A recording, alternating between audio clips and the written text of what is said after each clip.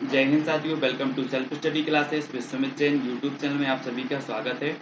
दोस्तों, पर्यावरण से संबंधित हमारी जो निरंतर टेस्ट सीरीज चलती है शाम को 6:30 बजे, उसी में आज का वीडियो बहुत ही महत्वपूर्ण है। हमारी वन लाइनर टेस्ट सीरीज चल रही है ना। तो दोस्तों, वीडियो को लाइक जरूर करें और इस प्रकार से सब्सक्राइब का बटन दिया होगा तो सब्सक्राइब कर लें और बेल आइकन को दबाते हुए ऑल पर आपको क्लिक करना है, ठीक है ना।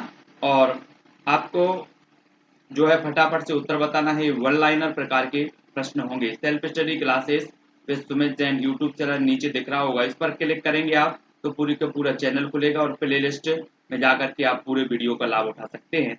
आज का हमारा प्रश्न है, मूलतः परिवार के कितने प्रकार हैं। मूलतः परिवार के प्रकार बताना है, कितने प्रकार के होते हैं।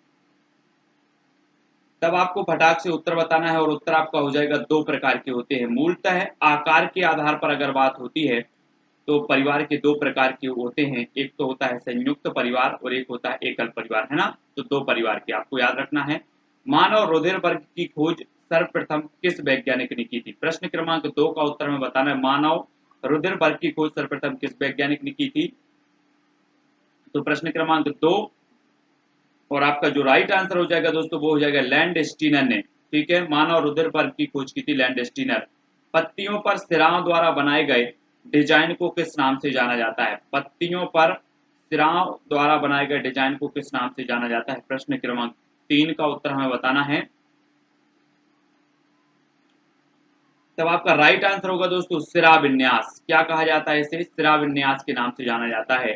अगला क्वेश्चन देखो, एनवायरोनेर शब्द किस भाषा से लिया गया है। सभी को बताना है एनवायरोनेर शब्द जो है वो किस भाषा से लिया गया है। प्रश्न क्रमांक 4। तब आपका बिल्कुल सही आंसर होगा फ्रेंच। किस भाषा से लिया गया है, फ्रेंच भाषा से लिया गया है, ठीक है। अगला है दोस्तों आपका, चिपको आंदोलन की शुरुआत कब हुई। प्रश्न क्रमांक 5, चिपको आंदोलन की शुरुआत कब हुई। तब आपका बिल्कुल सही आंसर होगा 1973 में। कब हुई, 1973 में चिपको आंदोलन की शुरुआत हुई। किस वर्ष एजेंडा 21 शुरू किया गया। प्रश्न क्रमांक 6 का उत्तर हमें बताना है, किस वर्ष एजेंडा 21 शुरू किया गया। जब आपका बिल्कुल सही आंसर होगा 1992 में। कब किया गया, 1992 में एजेंडा 21 शुरू किया गया। नेक्स्ट है, ताप मृदा प्रकाश पर्यावरण के किस घटक के अंतर्गत आते हैं। ताप मृदा प्रकाश पर्यावरण के किस घटक के अंतर्गत आते हैं। प्रश्न क्रमांक 7 का उत्तर आपने पढ़े होंगे, पर्यावरण के प्राकृतिक घटक होते हैं, कृत्रिम घटक होते हैं, है ना। तो प्राकृतिक में भी भौतिक होते हैं कुछ, तो आपको बताना है। तब आपका राइट आंसर क्या हो जाएगा, भौतिक घटक के अंतर्गत आते हैं। ताप मृदा प्रकाश पर्यावरण के किस घटक के अंतर्गत आते हैं, भौतिक, ठीक है।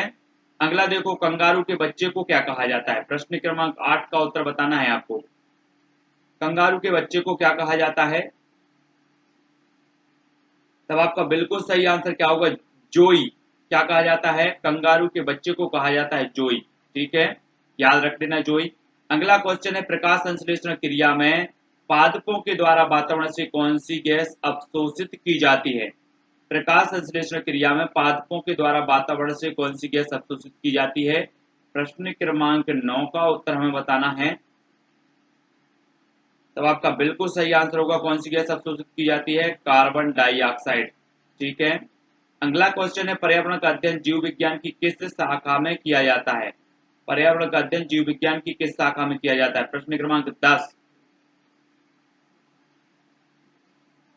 तब आपका बिल्कुल सही क्या होगा, पारिस्थितिकी। पर्यावरण का अध्ययन जीव विज्ञान की किस शाखा में किया जाता है, तो पारिस्थितिकी में किया जाता है, ठीक है। अगला क्वेश्चन है, चिपको बुमेन के नाम से किसे जाना जाता है। प्रश्न क्रमांक 11। चिपको बुमेन के नाम से किसे जाना जाता है। तब आपका राइट आंसर क्या होगा, चिपको बुमेन के नाम से जाना जाता है गौरा देवी को। किससे जाना जाता है, गौरा देवी, याद रख लेना है आपको। चिपको बुमेन के नाम से जाना जाता है गौरा देवी को। चिपको आंदोलन का मुख्य उद्देश्य क्या था। प्रश्न क्रमांक 12 का उत्तर, चिपको आंदोलन का मुख्य उद्देश्य बताना है हमें क्या था। तब आपका राइट आंसर होगा वनों में पेड़ों की कटाई को रोकना, ठीक है। प्रश्न क्रमांक 12 का उत्तर।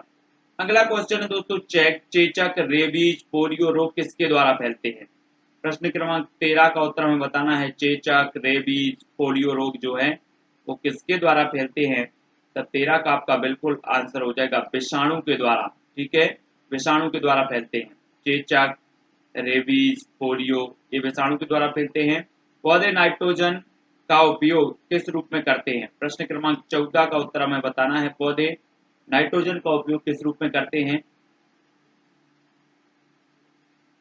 तो राइट आंसर क्या होगा? नाइट्रेट। किस रूप में करते हैं? नाइट्रेट के रूप में। पौधे जो है नाइट्रोजन का उपयोग करते हैं नाइट्रेट के रूप में। ठीक है, अगला है रेडियोधर्मी प्रदूषण को अन्य किस नाम से भी जाना जाता है? रेडियोधर्मी प्रदूषण को अन्य किस नाम से जाना जाता है? प्रश्न क्रमांक 15। तब आपका बिल्कुल सही आंसर क्या होगा? नाभिकीय प्रदूषण। किस नाम से जाना जाता है? नाभिकीय प्रदूषण के नाम से। रेडियोधर्मी प्रदूषण को अन्य किस नाम से जाना जाता है? तो नाभिकीय प्रदूषण। ठीक है, अगला है रेडियोधर्मी पदार्थों से कौन सी विकिरण उत्सर्जित होती है? प्रश्न क्रमांक 16। रेडियोधर्मी पदार्थों से कौन सी विकिरण उत्सर्जित होती है? तब आपका बिल्कुल सही आंसर होगा अल्फा बीटा गामा विकिरण। ठीक है, रेडियोधर्मी पदार्थों से कौन सी विकिरण उत्सर्जित होती है? अल्फा बीटा गामा विकिरण उत्सर्जित होती है। नेक्स्ट है मनुष्य एक सामाजिक प्राणी है, कथन किसका है? प्रश्न क्रमांक 17। मनुष्य एक सामाजिक प्राणी है, यह कथन किसका है? तब आपका बिल्कुल सही आंसर क्या होगा? अरस्तु का। ठीक है, अरस्तु आपका सही हो जाएगा। अगला क्वेश्चन है विश्व पर्यटन दिवस कब मनाया जाता है? विश्व पर्यटन दिवस प्रश्न क्रमांक 18 का उत्तर बताना है। कब मनाया जाता है? तो राइट आंसर होगा 27 सितंबर। 27 सितंबर को विश्व पर्यावरण पर्यटन दिवस मनाया जाता है। ठीक है, 18 का उत्तर। नेक्स्ट है खास श्रृंखला में प्रथम है, तो खास श्रृंखला में प्रथम कौन है? जल्दी से बताएं, आपने खास श्रृंखला पढ़ा है तो खास श्रृंखला में प्रथम कौन होते हैं? तो आपको राइट आंसर बताना है प्रश्न क्रमांक 19 का। तब आपका बिल्कुल सही आंसर होगा कौन होते हैं? पौधे। ठीक है, खास श्रृंखला में प्रथम होते हैं पौधे। अगला क्वेश्चन है अनवीकरणीय संसाधनों के 3 उदाहरण बताइए। आपको पता है आपने नवीकरणीय संसाधन भी पढ़े हैं और अनवीकरणीय संसाधन भी पढ़े हैं। जिससे भी बन रहे हैं तो फटाफट कमेंट में लिखें अनवीकरणीय संसाधनों के उदाहरण बताना है, 3 उदाहरण। तो प्रश्न क्रमांक 20 का आपका बिल्कुल सही आंसर होगा कोयला, पेट्रोल, प्राकृतिक गैस। ये अनवीकरणीय संसाधनों के उदाहरण होते हैं। ठीक है, अगला क्वेश्चन है वसा का जल अपघटन किस एंजाइम द्वारा छोटी आंत में होता है? वसा का जल अपघटन किस एंजाइम द्वारा छोटी आंत में होता है? प्रश्न क्रमांक 21। तब आपका बिल्कुल सही आंसर क्या होगा? Lipase enzyme. लाइपेज एंजाइम आपका सही होगा। ठीक है, नेक्स्ट है भूमंडलीय ताप वृद्धि को क्या कहा जाता है? प्रश्न क्रमांक 22 का उत्तर। भूमंडलीय ताप वृद्धि को क्या कहा जाता है? तो राइट क्या होगा? Global warming. भूमंडलीय ताप वृद्धि को कहा जाता है global warming. Green house gas कौन कौन सी है? ग्रीन हाउस गैस कौन कौन सी हैं? आप कोई 3 प्रकार की ग्रीन हाउस गैसों के नाम बताएं जल्दी से।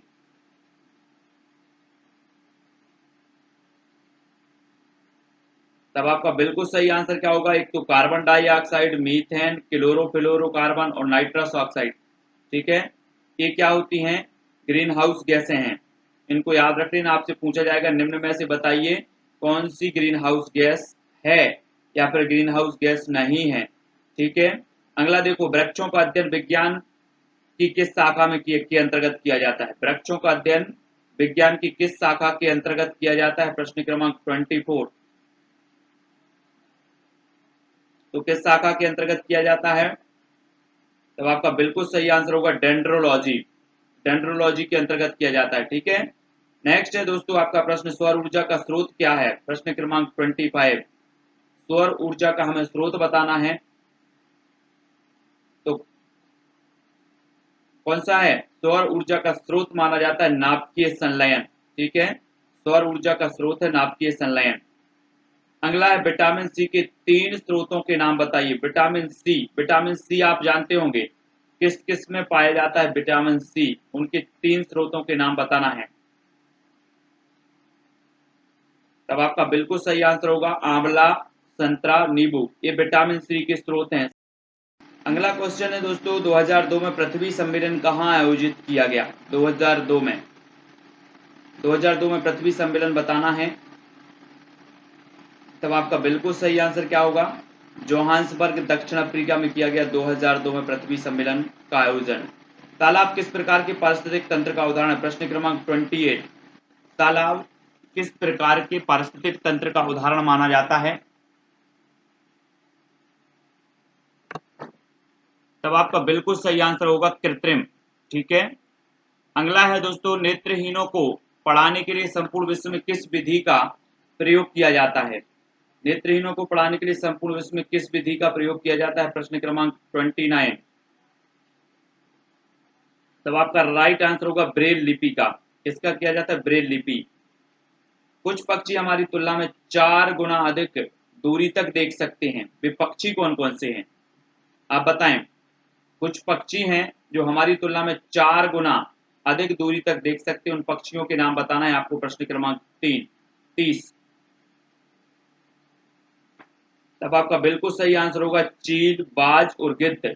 ये जो पक्षी होते हैं हमारी तुलना में 4 गुना अधिक दूरी तक देख सकते हैं। ठीक है। और चील से एक क्वेश्चन और पूछा जाता है कि सबसे ऊंचे वृक्ष पर घोंसला कौन बनाता है? वो बनाता है चील। ठीक है। अगला है साहब, ईवीएस संक्षेपण अर्थ में प्रयोग किया जाता है। ईवीएस संक्षेपण अर्थ में प्रयोग किया जाता है तो किसके अर्थ में प्रयोग किया जाता है? तो आपका राइट आंसर क्या होगा? एनवायरमेंटल स्टडीज यानी कि ईवीएस। ठीक है। ये क्वेश्चन पूछा हुआ है 31। अगला क्वेश्चन है आपका दोस्तों, परिवार शिक्षा का कौन सा साधन है? औपचारिक या फिर अनौपचारिक? परिवार शिक्षा का कौन सा साधन है?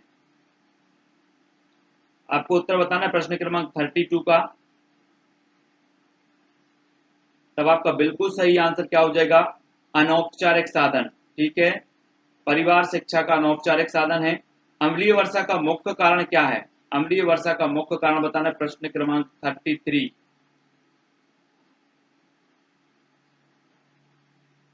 तब आपका बिल्कुल सही आंसर होगा सल्फर डाइऑक्साइड और नाइट्रस ऑक्साइड। ठीक है। ये अम्लीय वर्षा के मुख्य कारण माने जाते हैं। अगला क्वेश्चन है, विश्व प्रवासी पक्षी दिवस कब मनाया जाता है? विश्व प्रवासी पक्षी दिवस कब मनाया जाता है? प्रश्न क्रमांक 34। तब आपका बिल्कुल सही आंसर क्या होगा? 8 मई। 8 मई को विश्व प्रवासी पक्षी दिवस मनाया जाता है। ठीक है। 34 का आंसर। नेक्स्ट है, डीपीटी का टीका किस रोग के बचाव के लिए किया जाता है? डीपीटी का टीका किस रोग के बचाव के लिए किया जाता है? प्रश्न क्रमांक 35।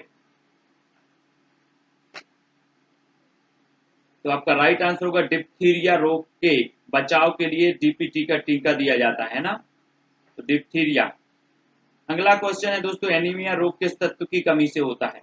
एनीमिया रोग किस तत्व की कमी से होता है? प्रश्न क्रमांक 36।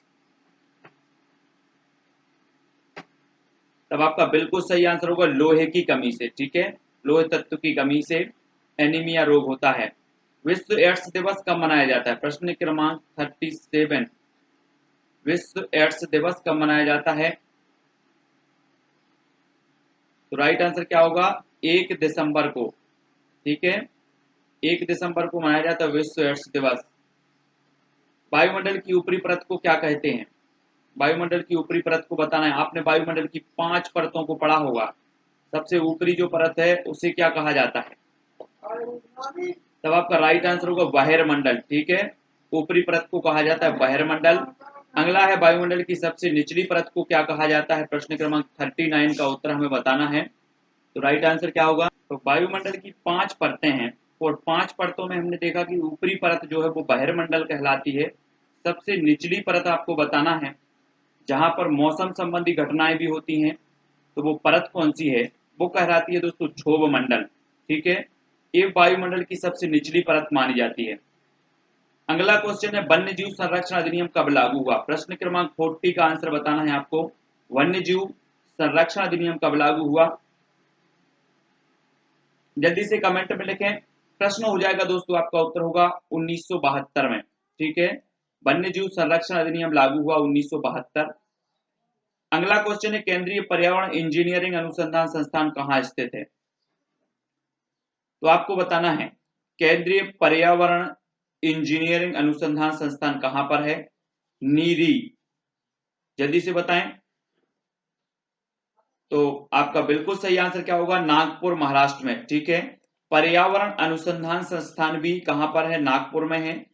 और केंद्रीय पर्यावरण इंजीनियरिंग अनुसंधान संस्थान भी नागपुर, महाराष्ट्र में है। अगला है मलेरिया का परजीवी है, तो मलेरिया का परजीवी कौन सा है? प्रश्न क्रमांक 42। तब आपका बिल्कुल सही आंसर होगा प्लाज्मोडियम। प्लाज्मोडियम जो होता है वो मलेरिया का परजीवी माना जाता है। ठीक है, 42 का आंसर। अगला है भारत में राष्ट्रीय खाद्य सुरक्षा योजना कब लागू हुई? भारत में राष्ट्रीय खाद्य सुरक्षा योजना कब लागू हुई? प्रश्न क्रमांक 43। तब आपका बिल्कुल सही आंसर होगा 20 अगस्त 2013 को। ठीक है, 20 अगस्त 2013 को भारत में राष्ट्रीय खाद्य सुरक्षा योजना लागू की गई। अगला है दोस्तों आपका क्वेश्चन पर्यावरण से संबंधित पारिस्थितिक विकास बाल योजना किस वर्ष अपनाई गई? तो पर्यावरण से संबंधित पारिस्थितिक विकास बाल योजना किस वर्ष अपनाई गई? 44 का आंसर। तो उत्तर हो जाएगा दोस्तों 1980 में। कब अपनाई गई? 1980। ठीक है, सिंघाड़ा किस प्रकार की जड़ का उदाहरण है? आपने सिंघाड़ा देखा होगा, तो ये किस प्रकार की जड़ का उदाहरण माना जाता है सिंघाड़ा? प्रश्न क्रमांक 45 का उत्तर। और आपका बिल्कुल सही आंसर क्या होगा? स्वांगी कारक। क्या है?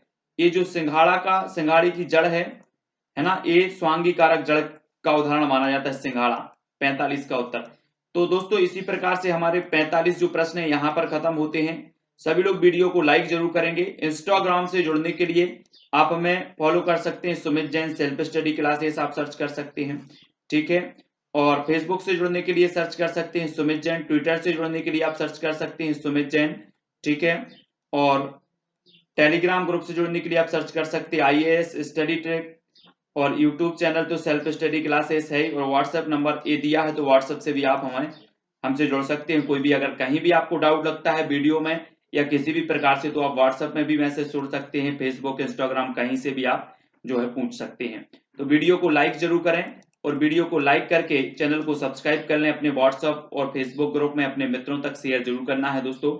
इसी प्रकार से आपकी निरंतर जो है तैयारी चल रही है CTT एग्जाम की, रीट एग्जाम की, या फिर MP टेट ग्रेड 3 एग्जाम की। तो दोस्तों वीडियो को लाइक करके शेयर करें। आज के वीडियो के लिए बस इतना ही। जय हिंद।